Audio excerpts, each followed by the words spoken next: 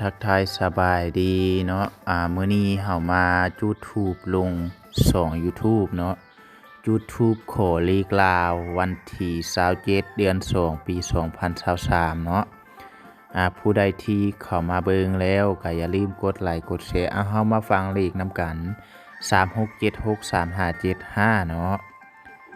เลขที่แปลนี่บางตัวก็จะเป็นเลขความฝันเนาะบางตัวก็จะเป็นเลข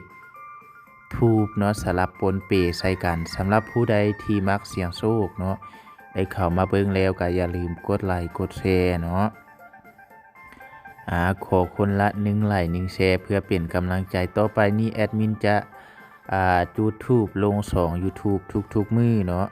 ถ้าผู้ใดที่อยากเบิ่งแล้วก็กดติดตามไว้กดติดตามเทื่อเดียวจะเห็นทุกๆมื้อเนาะแอดมินเวลาว่างแอดมินก็จะมาจุดลงให้ทุกคนเบิ่งบ่ว่าเลขลาวเลขเวียดเนาะผู้ใดที่มักเสี่ยงโชคก็เอาไปเสี่ยงได้เนาะผู้ใดที่บ่มักก็บ่ต้องซื้อเด้อมันเป็นเพียงแนวทางทุกอย่างมันก็บ่มีหยังแน่นอนเนาะการเสี่ยงโชคเสี่ยงดวงมีเข้ามีหลุดเฮาไปลุ้นเลขนำกันว่าจะออกมาเป็นเลขหยังอีกมื้อนี้จะมีเลข2ปองหรือ3ปองเลขลาวจะออก2ปองหรือ3ปองมาลุ้นนำกัน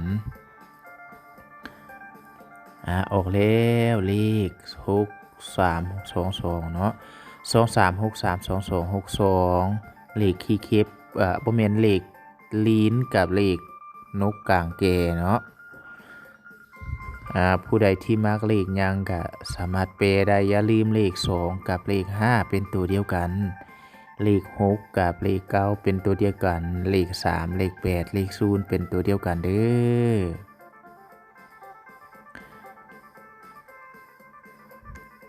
อมาลุ้นนำกันเลขถูกออกมาแล้ว63สามารถเป็น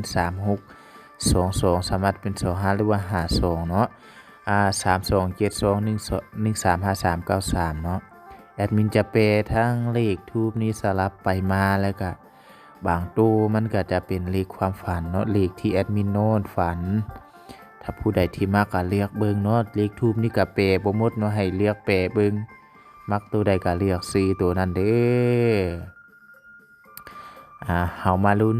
ตัวสุดท้ายเนาะตัวสุดท้ายจะเป็นเลขหยังมาลุ้นนำกัน125292เนาะผู้ใดเข้ามาเบิ่งแล้วก็อย่าลืมกดไลค์กดแชร์กดติดตามด้วยเด้อ